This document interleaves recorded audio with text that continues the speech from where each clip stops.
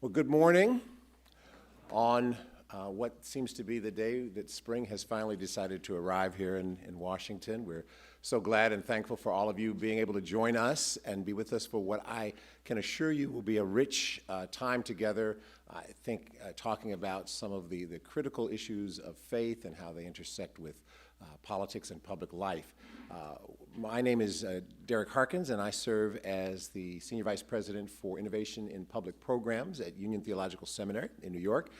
We are particularly glad that this is the continuation of an ongoing and ever-growing relationship that we're cultivating here in the nation's capital around some of the important issues of our day, and what better way to continue in that vein than what we'll be doing this morning. I'll talk a little bit more about that, but as we get underway, I'm pleased to call upon Representative Emanuel Cleaver to come and open us with a word of prayer.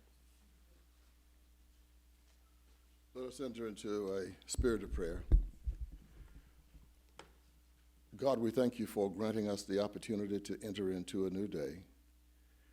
And no matter what happens during this day, oh God, we will continue to recognize its beauty because it is a day that you made.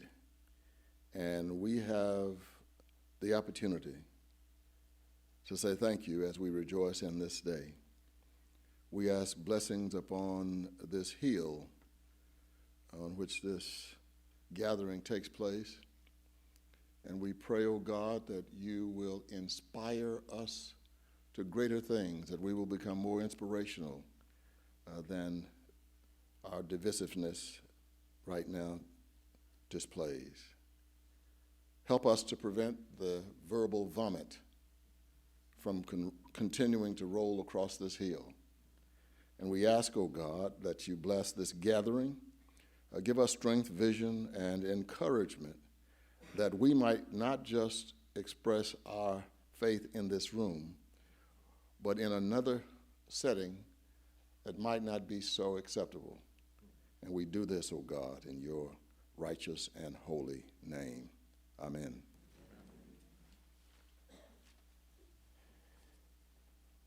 Thank you, Representative Cleaver. Let me just say by way of background that the Union Theological Seminary is the oldest independent ecumenical Christian seminary in the United States, and we, I think it's fair to say, have within our institutional DNA an understanding of the importance of advocacy and social justice, and it is something that we point to with sufficiently mitigated pride that throughout our history there have been voices, there have been points in history where we feel that it's been part of who we are to be a part of those conversations, and even further than that, bearing witness in the world. As the climate around faith in the United States, in the political realm, takes on varied tones and varied natures, it's important to hear from those who you're going to hear from today to really speak to that, to the impact of faith both in the common current of politics and public life, but also as it affects the significant policy decisions that unfold here every day. So I'm going to call upon, first of all, let me introduce those who are with us, and we're looking forward to several other members of the House who will be with us as time allows a little further into the morning. But I'm very pleased to acknowledge and introduce Congressman David Price from North Carolina. His constituents know him as a supporter of progressive policies, and he indeed is a good Baptist. And the good was that was an editorialization on my part, so you probably know, therefore, what denominational heritage I hold to. Along with him is Representative Hank Johnson from the state of Georgia. And he also, in his tenure in the House, has proven his ability to get things done. And Representative Johnson identifies as a Buddhist and has distinguished himself as a national progressive voice. And we just had a wonderful time just a short while ago talking about some of that faith journey and narrative and how it intersects with life. And I'm trusting, Representative, that you'll share some of that in your own way. And of course, you've heard by way of our opening prayer from Representative Emanuel Cleaver from the state of Missouri, who indeed has been and continues to be a fervent voice for progressive values and for all of those things I think that many people understand as being underpinned and buttressed by their faith. And so I'm excited, of course, to hear Representative Cleaver talk at even greater length about some of those elements of his work and how his faith has informed him and what he sees as part of the landscape. Let me do this. I want to allow for you, and we're always, anytime we're here in Washington, we know that we're guided by oftentimes the clock of the pressing business that's at hand, so we understand that a little later on in the morning that may be the case, so I want to move in fairly forthrightly here. And I'm going to ask these questions of all of you, and at the same time, when our other members are here, we'll do the same.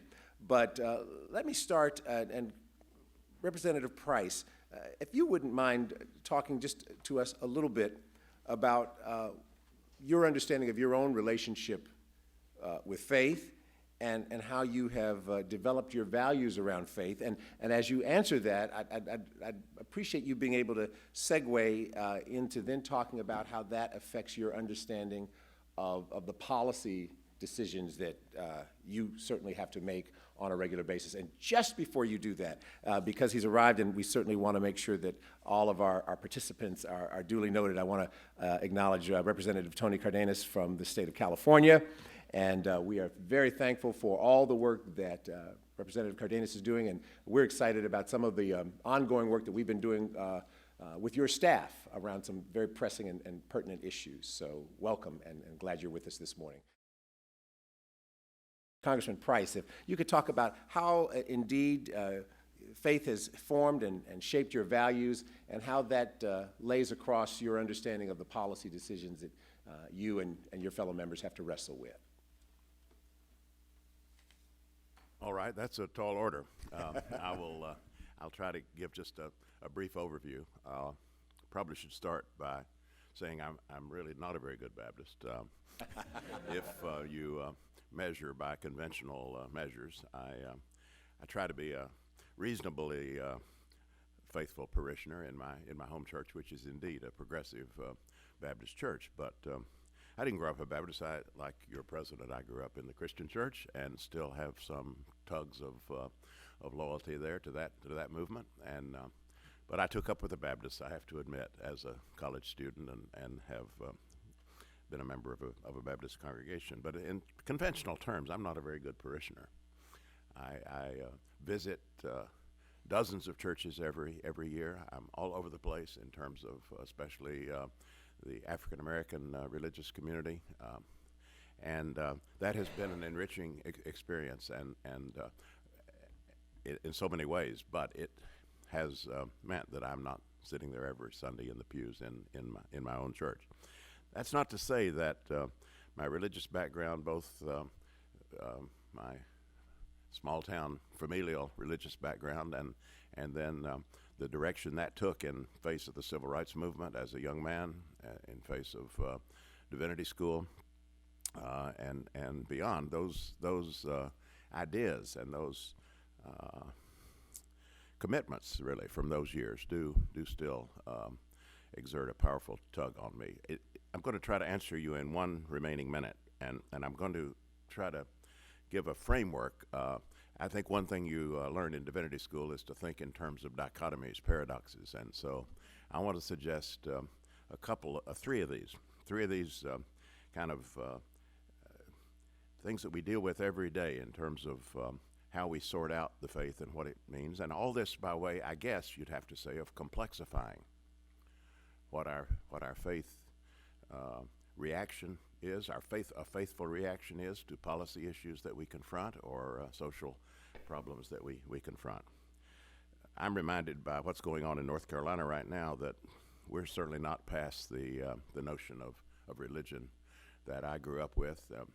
I certainly didn't grow up with this kind of hard-edged version of it, but a view of faith that has to do almost totally with personal morality and a list of prohibitions in terms of personal conduct. This, of course, has evolved a good deal since then. We now have the religious right that kind of codifies a very rigid notion of personal conduct into a political program. But that conflict between an individualistic notion of religion that has very little to say, it's as though the Hebrew prophets have been excised from the canon. That notion and what I came to appreciate as a young person, particularly in view of the civil rights movement, the social gospel, the notion of a prophetic message of justice and community, those dichotomies still are very much with us. Secondly, there's a continuing tension, I think, between the kind of prophetic conviction that comes out of our faith. I think the policy impact for me has mainly been in the area of housing, as I've experienced over the years what it is that people care about, what they consider front burner issues. I mean, I think that's the main omission. We talk a great deal about education, healthcare. We don't always do what we want to do, but housing is almost left off the list. So that prophetic sense of what a just society would look like, and what the policy foundations of that should be, versus a kind of religious reservation, what Niebuhr called a religious reservation, where we understand that no matter how righteous our cause, no matter how convicted we are, that we're always subject to pride, to a kind of partial view, and that we must never, perhaps especially when we're most strongly convinced of our rightness, we must never identify our own cause with God's will. There's always that religious reservation, which is rooted in our faith just as surely as that prophetic conviction is. And that brings me to the last, and I'll do this with an illustration. I remember in a Democratic caucus once, a colleague, this had to do with I think a funding bill that included some things that we knew were very important, but also contained some compromises that most of us weren't comfortable with. I remember a colleague once said, well, in seminary, he started that way, in seminary I learned to stand up for the right and to not compromise, and so there's no way I can vote for this bill. And I remember thinking, well, on balance, we better vote for this bill. What's coming after this, if it goes down, is going to be much worse. And so I almost never refer to a seminary background, but I did then. I said, well, I maybe had a little different seminary experience, because what I learned was that you don't just take a righteous stand sometimes. You have to think about the consequences of your action. And that's a more complicated calculation. But in this case, the consequences of this bill going down are going to hurt thousands, millions of people. Going to be damaging to many values that we care about. So it may be tempting to adopt the prophet's mantle and take a courageous stand, but actually we need to do the more mundane thing of calculating the pluses and minuses and trying on balance to do the right thing. That I think that's rooted in faith and in our moral viewpoint just as surely as the courageous resistance, and that's not always easy to communicate. In fact, we usually don't communicate it in religious terms. But if you're asking me what kind of lessons I take into the political arena, that would most certainly be one of them. Thank you. Thank you so much, Representative.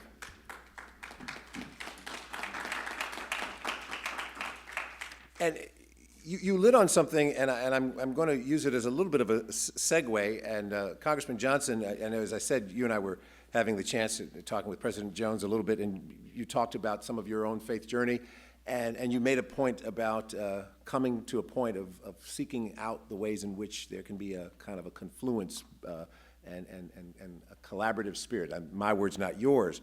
But in the sense that there is harsh rhetoric that is pervasive, along with describing your own journey, please, by all means, do it as you see fit. But let me just add another element to the question, and that is, how has faith, and when I say faith, whether it's your own particular faith tradition or your understanding of faith, but how has faith informed the way that you respond to today's rhetoric that is so fervent in the air? Well, thank you. Thank you all for hosting this very important topic on Capitol Hill. And this is a place that could use a philosophical discussion on greater principles as opposed to being stuck on mundane issues. And I'll say these are important issues, but they're relatively mundane when it comes to the greater scheme of human spirituality. And I think, we have gone to an extreme up here. And we are a reflection of the spirituality of the people that we represent. We are in no way removed from the people. We are actually an example of the spirituality of the people at this particular time who elect us. And so what we have here in Congress is a lot of extremism. And what we see in the world among religions is the practice of extremism. We see it in every religion that we can think of. We see proponents who insist that it's got to be my way. And if it's not my way, then it's dead wrong and you're going to hell. And I've got to fight you to stick with what I believe, because my way is the only way. And so my relationship to that very real syndrome that affects so many people is to seek the middle ground, which is an important Buddhist concept of, kind of staying in the middle, not to an extreme. Really, don't get carried away with censure or praise or wealth, poverty, all of these opposites. One can get carried away when one experiences something that is extreme. Sometimes we have to suffer so much in life, and we challenge, it causes us to challenge our faith. Why me?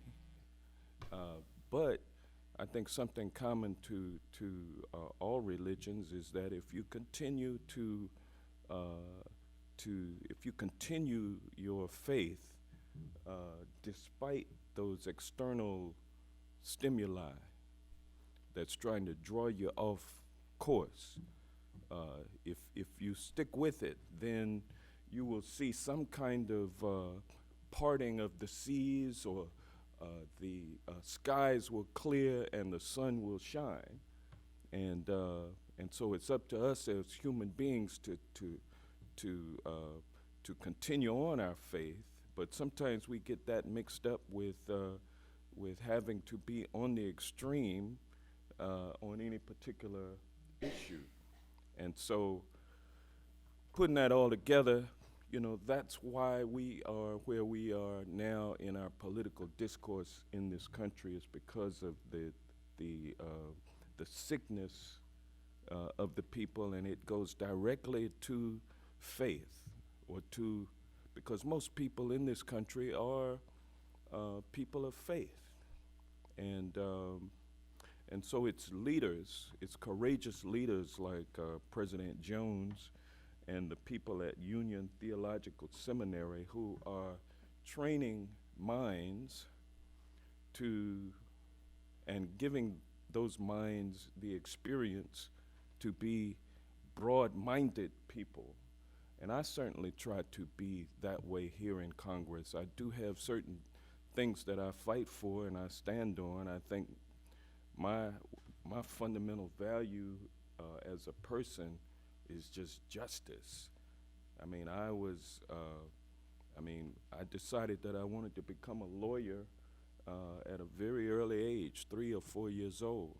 And, you know, courtrooms and controversy and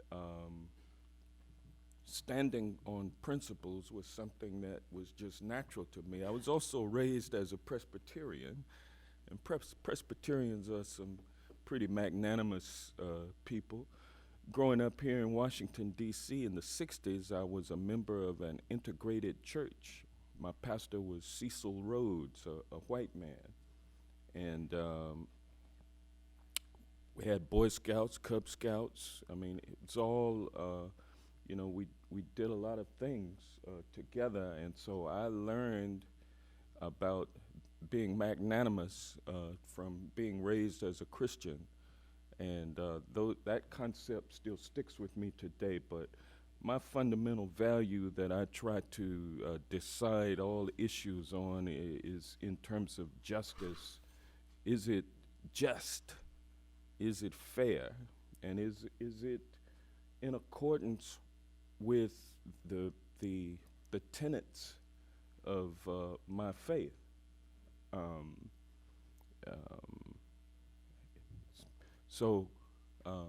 And if it is, then I'll go that way. Now, if I can't get all that I want, I'm certainly willing to consider moving towards the middle, if you will. That's just something that is innate in me. But I do have a stopping point. And sometimes you have to stop and you have to fight for what is right. And when you find yourself in that position, sometimes it's a lonely position to be in. But I pick and choose those battles quite carefully. I try to anyway, and I'm not the best Buddhist either, David. I always look at my fellow Buddhist and see who is who's charging the fastest and the most intensely. And that's human nature too. I really try to avoid comparing myself to others and just try to run my own race and be comfortable in my own skin. And at the age of 61, I can tell you I got a long way to go. But it's a great journey. Thank you. Thank you. Thank you, Congressman. I know we're setting the table, if you will, for further conversation and no doubt questions that will come from the audience. As I get ready to move to Congressman Cleaver, I'll just say I find it interesting, though, that as you talk about standing in your sense of faith principles, that it leads you to an understanding of collaboration and even reconciliation, where some people think that their faith means that they've got to be ideologically intransigent, and therefore, maybe like the person you spoke about and who talked about what they learned in seminary, Congressman, that, what's that hymn we used to sing, I shall not be moved. So maybe there's some understanding that we can arrive at in the course of our conversation. Representative Cleaver, as you have continually been a significant voice and presence on so many issues, oftentimes people would say that it is faith that, as I just said, motivates them in one direction, and no doubt in the context of debate and ongoing discourse here in D.C., you find, no doubt, people coming from both ends of the spectrum born out of their commitment to faith. As a clergy person as well, but also even somebody who's been able to see the landscape, I would just like your take on what it really means to be motivated by your faith in the context of this public work that you do, and that along with any of the other reflections that you'd like to share. Thank you, and I appreciate you doing this again. This is probably a little confusing, maybe confusing to some, But I rarely ever, similar to Representative Rice, say anything about my faith on this Hill, and frankly, when I'm not on the Hill. And Karl Barth said that, warned us that we ought to always be careful, because faith is not identical to piety, and so I don't go around announcing. I just want you to know I'm a man of faith, and because I think we have to keep it on our minds that the greatest conflicts during the short period of time during which, in my religious tradition, our Savior walked on the earth, it was with those people who declared how pious they were and how superior, frankly, they were. And some scholars say that Jesus was probably a Pharisee, so we've come to see that word as completely negative, which is not. But there was a group that considered themselves to be superior. I was stunned when I was elected to find out, when I was elected to Congress, to find so many people who were declaring at every opportunity how great they were in their faith. And I mean, I've people will go to the floor and quote God. I've even seen a couple of people walk around with their Bible, and it was never open, but they do walk around with it. And so I've tried to caution myself, because I think on this Hill, political ideology has become confused with faith. And so people say, I believe very strongly and I'm not going to move on this, and I'm a man of God, and I don't surrender, I don't give in. And so to some degree there's a great deal of prostitution up here. And we pimp God up here on this Hill a lot, and it troubles me greatly. And I have committed myself, in my 12 years, I've never gone to the well and done that. I don't intend to ever do it.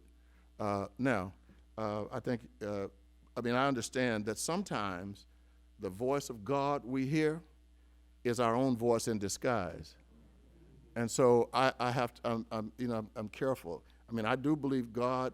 I live across Representative Price and I live across the street in the faith building, in the Methodist building, on the same floor.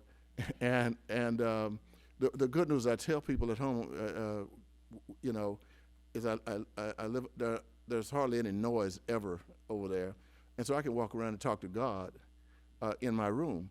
And people always forget the scriptures that were in my faith tradition. Our Savior asked people, when you pray, go into your closet. It didn't say, try to convince people that you're holy, by, let's pray, walking down the hall, and looking to see how many people are coming before the decision is made to pray. And so, Jesus was constantly in conflict with the folk who did that. And in the 23rd chapter of the Gospel according to Matthew, he warns people. He said, do not do as the Pharisees. He said, do what they do what they teach with observances. However, keep in mind that what they say they do not do. So now I've paraphrased it. It's in the 23rd Gospel, the first part of it, somewhere close to 1 through 10, somewhere. So I do believe that faith influences me, and I'm finished with this. But I don't have to stand up and declare it. My position is the godly position. It's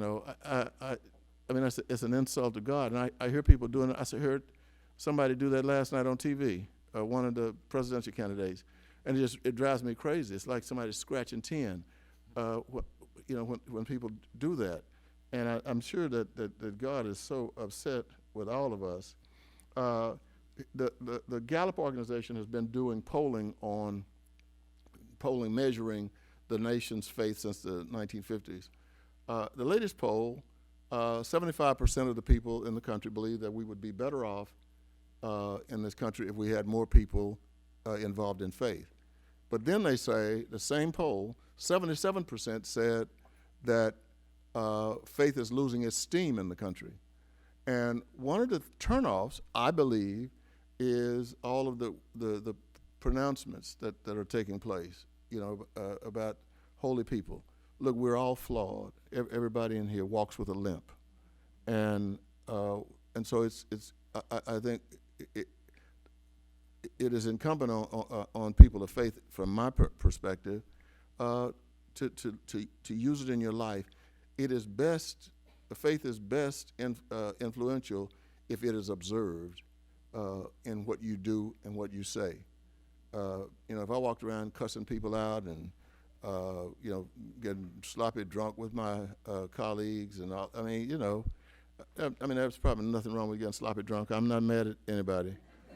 All I'm saying, yeah. But I'm just saying, I think, if you try to do your faith, then I think that's much more powerful. There's somewhere around here, and there's probably good people, they got the 10 Commandments in their yard. Have you seen that, David? It's over there by us, not far from the Methodist building. They got plaques right in the yard with the 10 Commandments. And every time I try to avoid going down that block because it just drives me loony. Because, look, when Moses brought down the 10 Commandments, he didn't say, I'm bringing down the 10 Commandments, I want you to display. He said, I want you to obey. And there's a difference in display and obey. Thank you. Thank you. And as we continue, I'd be remiss if we didn't welcome Representative Sheila Jackson Lee from the great state of Texas. And we are thankful for your presence as well, and very much look forward to hearing your observations as well. Representative Cardenas, let me ask you this. I know, as I said earlier on, that we've had the benefit of working with your staff on some issues and that's no doubt a reflection of your commitment to a wide range of issues.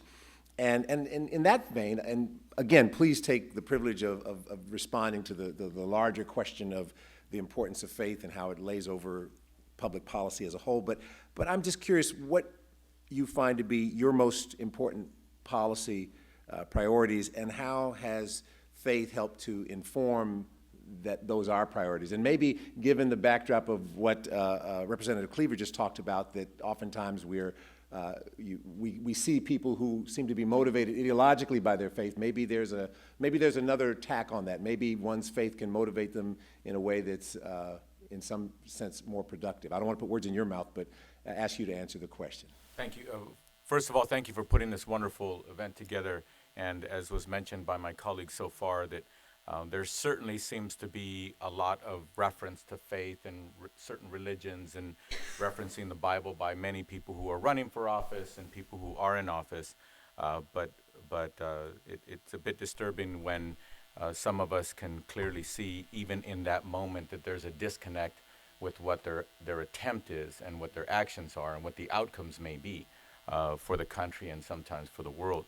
My number one policy matter, and I've been elected at the state level in California, at the city council level in Los Angeles, and now in Congress, my number one policy area is juvenile justice. We're the only country, for example, that will knowingly and legally confine a juvenile to life without the possibility of parole. No other country does that. And we're the only country that knowingly and willingly will punish a child by putting them into solitary confinement for 23 hours at a time. No other country does that. Now, I'm not saying it wouldn't happen in another country, but in other countries, if they do those things, they're violating their own laws. In the United States, our laws do not confine us to not do that. They allow us to do that. And those are some of the laws that I'm trying to change here in the United States. One of my colleagues asked me if I would remind everybody in this room about a resolution that I got 63 signatures on the floor yesterday, and I think that if I had more time, I would have probably doubled that. I just didn't have enough time to go around the floor, at least on one side of the room. It basically does this. It's a resolution to change the House rules that when and if we ever have a moment of silence on the floor of our House due to an issue of gun violence, life lost due to gun violence in this country, and we do it far too often, those incidents happen, and we respond with a moment of silence. I agree that we should have that moment of silence, but what my resolution would require, if passed, it will change the rules of our House, that every time we do that, it will enlist within 10 legislative days, we will have a relevant subcommittee or committee hearing on the matter in which we held a moment of silence.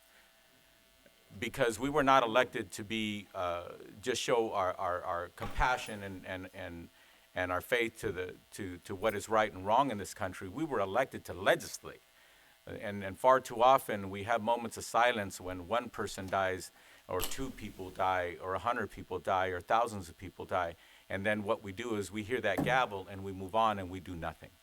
So basically, that's my simple resolution. Which I doubt will get a hearing, but I will introduce it and do everything that I can to remind everybody that that's a simple, logical thing that I think most Americans actually assume that we're actually doing something, and we're really not. When it comes to my faith does guide me in my personal life and also in my elected leader life as a United States congressman.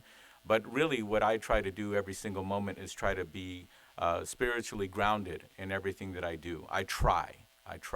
And not that I do all the time, but I try. And I reflect, personally, I grew up Catholic and I'm a practicing Christian. I reflect on Jesus and I feel that he was of loving faith.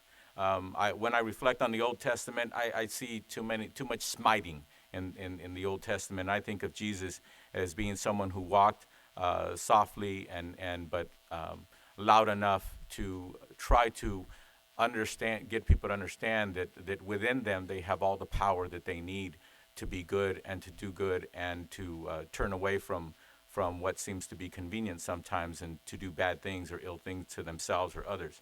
So I try to keep that in mind in every moment that I can.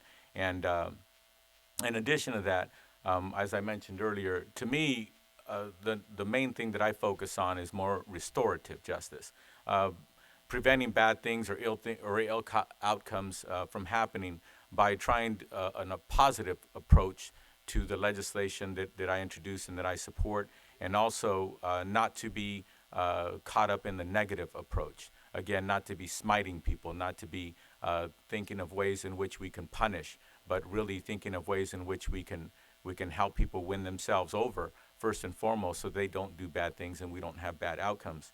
I'm reminded by some of the comments of my colleagues about a story that I heard that there was a young man who's running a feed store, and he's sitting there at the kitchen table. It's a mom and pop business, and he's sitting there, and his grandmother, who's very sage and older than him, obviously, and he's sitting there lamenting over all these bounced checks.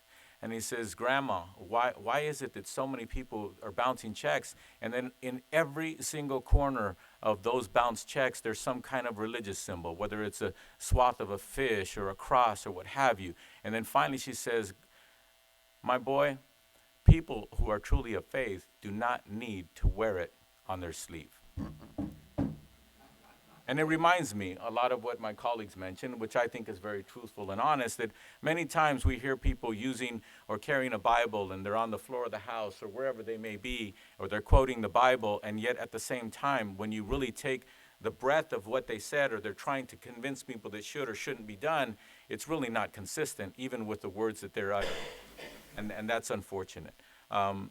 But also, one of the things I like to point out is that we all have tremendous responsibility. And I think that what's going on in our country right now is that we have too many people who, especially people who are running for president at this moment, who are trying to convince people to be angry, convince people to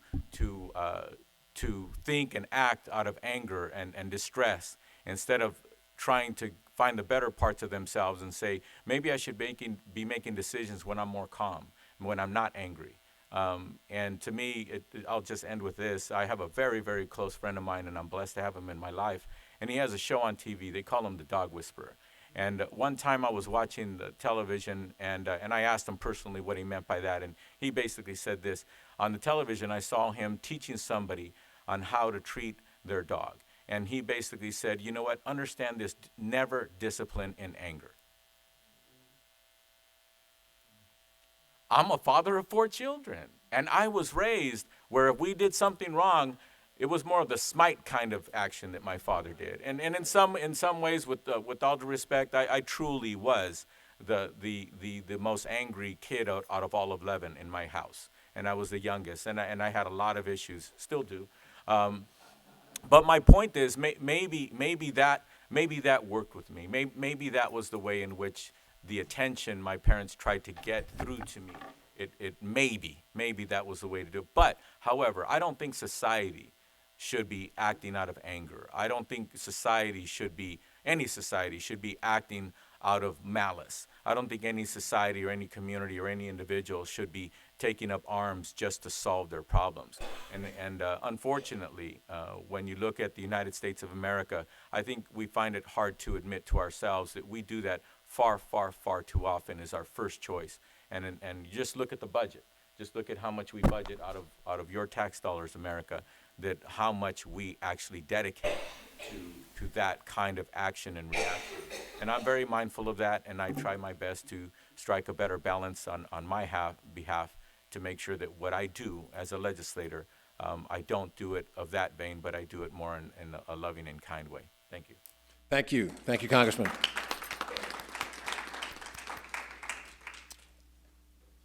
Representative Jackson Lee, I know firsthand that you value a vital relationship with the larger faith community, and have certainly worked hard to convey the issues that are important that, again, people of faith need to understand. But along with talking a little bit about your own sense of priorities and your own faith journey, how do public policy, how do lawmakers make sure that people of faith are able to understand and know what the important issues are and how to even address them? Well, let me, first of all, Reverend Harkins, thank you so very much for having the wisdom to lead the Union Theological Seminary, one that is renowned and we know, to come here to Washington. Thank you so very much. Thank the vision of our president. Let me thank my colleagues, David Price, who is here, and Tony, and Reverend Dr. Cleaver, and a man of great calmness and spirit, my good friend Hank Johnson, for their presence here today.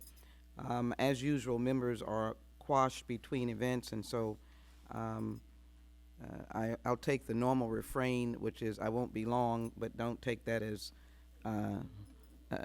we don't have the DNA to do that, but I will say it, that I won't be long. My faith is, and I think I said this last year and will continue to say it, woven into my life. I am a Seventh-day Adventist born and raised, and so throughout my life I've had to explain that we are a peculiar but normal people, and that we have a love and affection. I remember growing up, that was our definition. And many of you have either heard the name or read the writings of Ellen G. White. It was, we were a peculiar people. And I take my faith in accepting people for who they are.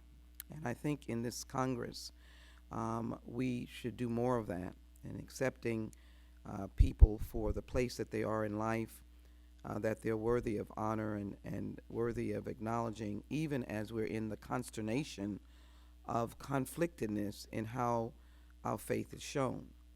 Now, obviously, I would think that we, as Democrats, have a basic core value of reaching down to the most vulnerable. That is clearly what, over the decades, and certainly post the Dixiecrats and the reformation of the Democratic Party, we have found that we've taken our spiritual grounding, and it has been in our, or attempting to be in our legislative focus. My being drawn to the Democratic Party came out of my early teachings in the church, where we listened to what we called missionary stories. I listened as a child in awe of people who left this country to do good. And I frankly thought in the course of my life, which has now become more secular, that I just had to do good.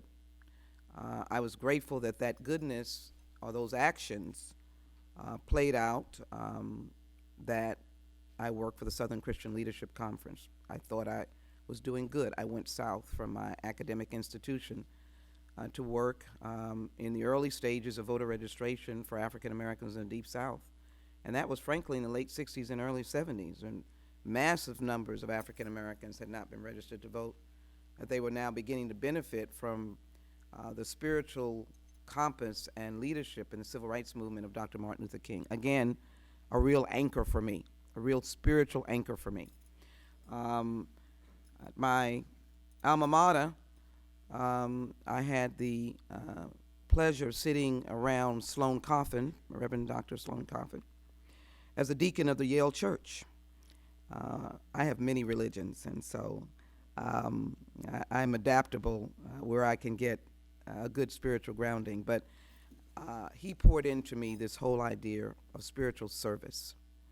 And I think if I'm answering the question how that background leads to my political focus, it is with no apologies that I find no difficulty in holding in my arms one of the unaccompanied children at the border and looking aghast at people who are indicting and attacking immigrants. That in the early stages of coming here, as early as 1997, when I came in 1995, I began to take up the cause of undocumented immigrants. And to somewhat of the chagrin of the district, to the extent that the district is diverse, but now increasingly, but it was a more majority African American.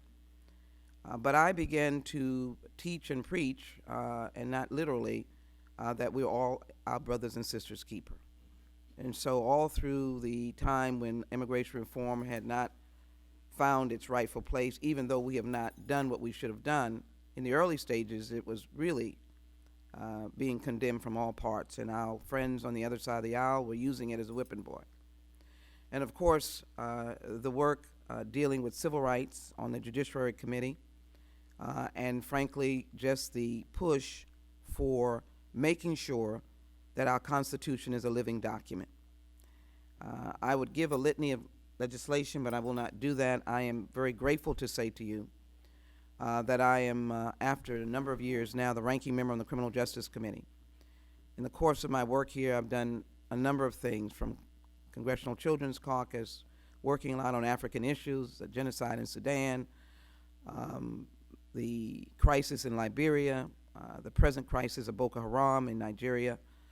But I'd like to say that as we look domestically, beyond the issues that I have to address in my district, if there is a fight in my district for what is right, as most members, I'm in the fight. I don't determine that it's a city council matter or county matter. It's people who are hurting. But in this criminal justice opportunity, what a blessed time for people of faith. We are trying to get this legislation passed and signed by this president before his term ends. And that is to ensure reduction in sentencing through the Sentencing Reduction Act, a reformation of the prison reform or prisons so that people come out to be restored as opposed to be recycled. And we work very hard to do things like parenting skills and college and counseling for housing and anger management, things that we just left to the wind and just said, throw them out, send them, give them $50, and let them fend for themselves, and they fend right back where families are continuing to be broken. We will introduce a bill for a nursery in the federal prison system with the increasing number of women who it is determined that within a year, when a mother has a child in the prison, that baby dies. So I try to find pathways to use my faith, and I think I've done so, but I come imperfect before the Lord. We have all sinned, and it makes it difficult in trying to get reason and rationale to some of my friends who are dominated by interests where they allow those interests to really go against their own internal grain. What is their faith? And we don't ask that question enough, because if we did, we'd pass a budget today that was humane. If we did, we would have gun regulation because we have common sense. We would not look every day, as my good friend Tony said, at the violence in our respective communities, no matter what background you come from.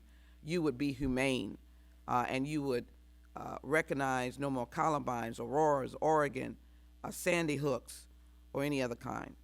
So I am prayerful that Union Theological continues to keep up with us, and that we continue to be reminded of our faith. And I will just end on this note, that I have 2 children, and I couldn't be more blessed because I raised my children when I was here and my husband was in Houston. Could have been a lot of havoc created with a mother who was away and came home every weekend, or tried to get home every weekend, was really away. And I look back tearfully on some of the school programs and some of the other stories I won't tell you, but I will say to you that I'm very proud of my daughter, now an elected official in the Harris County School Board at home in Houston. And then my son, who shocked us all, went away from the family tradition, went to Morehouse and Harvard, but he is now coming out in a week from Harvard Divinity School. How did he get there? I have no idea. But what I will say is, maybe as you live your life, your children see your passion, and so he is coming out to not take the high-priced jobs that his mother would like him to get, but to go into the vineyards and to help people who cannot help themselves. And I couldn't be more proud of that aspect of what faith is all about. I yield back. Thank you so much, Congresswoman. And of course, it comes as no surprise to anyone who spends any time in these environs that the press of time is significant on all of you. And we thank you. First of all, let me just say how much we thank you for the measure of time that you have given us today. We understand that all of you are obligated to make your way. But once again, please acknowledge your appreciation for our members of Congress, David Price, Emanuel Cleaver, Tony Cardenas, Hank Johnson, and Sheila Jackson Lee. Just because in the sliver of time that's left, and since all of you are gathered here, if we have a moment for our 2 remaining members, even just for one question, I'm going to ask that it be a well-phrased and succinct and briefly stated question. If there is one, if such exists here, let's please. It's bothered me that the so-called Bible Belt the states have not expanded Medicaid as a result of the Affordable Care Act. Do you see a disconnect here between the Bible Belt and what states should have done?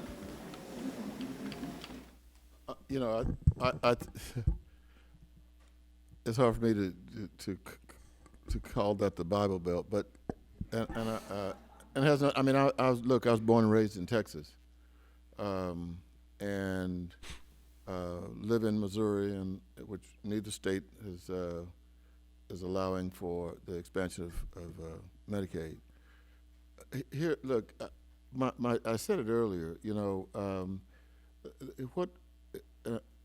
What's going on here, and even in the states now, I don't know if we infected the states or whether we've been infected by the states, and somebody should do some research on that. But what is happening now is that there are people who will justify the fact that in my state it is 9:25 in Jefferson City, the state capital of Missouri. If they expanded Medicaid by 9:30, they could 380,000 more people would have insurance. Now, I don't, you know, in Texas, it's over 1.5 million. And so I have difficulty connecting that with anything related to faith. It's almost faithlessness. And then people redesign their theologies to match, you know, what they want to do. Cognizant dissonance is what it's called in psychology. You just read, you know, you're out of sync with what how you want to be perceived, so you redesign everything so that you are in sync without changing. And in all those states, you know, it drives me crazy. My colleagues, I love the Lord, and then say awful things about immigrants. My colleague Sheila Jackson Lee mentioned the Hebrew Testament, and you know, in Leviticus 19, somewhere, you know, in there in the 19th. Forgive me, scholars, but it is in the 19th chapter. Moses tells us that when there are, I hate this term, when there are aliens in your land, do not mistreat them. Now, the holiest people up here are the ones who haven't read Leviticus.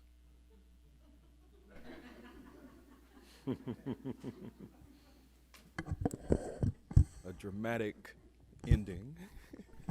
Once again, can we please thank our members for their presence with us this morning? But I would Please, like to say, though, Representative that, Johnson.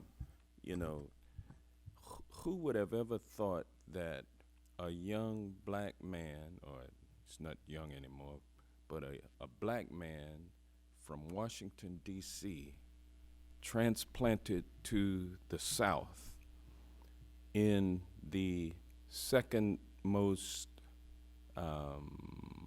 prosperous African American subdivision or county in the nation, DeKalb County, behind Prince George's County. Who would have ever thought that a black man living in that area, which is the home of several mega churches and mega pastors, and then this transplant from Washington, D.C., who never tried to hide his faith, never tried to hide his differences, but just tried to be a good person, who offered himself for election to the county Board of Commissions and who was elected twice, and then who ran against a popular incumbent in Congress and won the seat and has served for 5 successive terms. Who would have thought that people knowing who that guy was would elect him and re-elect him over and over again to represent them? That gives you some idea of the type of people who we have in the South. And then there are some, you know, there are some tensions. The tension is basically between good and evil, as we discussed a little earlier. You could say God and the devil.